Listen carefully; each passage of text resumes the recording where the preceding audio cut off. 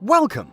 This video tutorial will show you how to calculate an average in Excel, thanks to which you'll be able to work out an average value of a group of numbers of any size.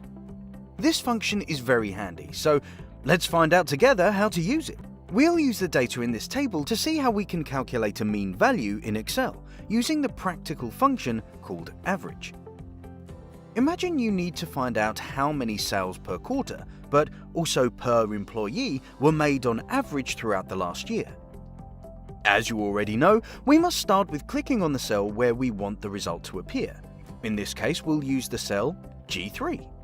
Here, we'll get the average value of the number of sales John made for all 4 quarters. Type in the equal sign and start typing the word average. Excel will immediately offer various similar functions that start in the same letters. If you want to calculate the standard average value, double-click on Average. Now you can specify the group of numbers from which you want to calculate the average. So we'll click on C3, then hold and drag until we reach the location F3. This way, Excel receives the information that these are the numbers that need to be included for the calculation of the average. Of course, instead of clicking and dragging, you can simply type the range of selected cells into the brackets within the average function directly. Include the reference to the starting point of the range's cell location, then insert a colon, and right after that, type the reference to the last cell we need to include in the calculation. Once done, press Enter and have a look. The function helped us calculate the average number of sales John made per quarter.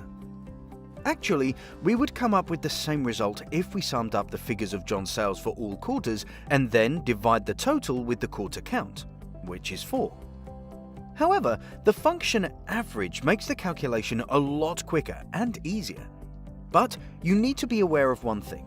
If you change data in the selected range of cells, the average function recalculates the result automatically.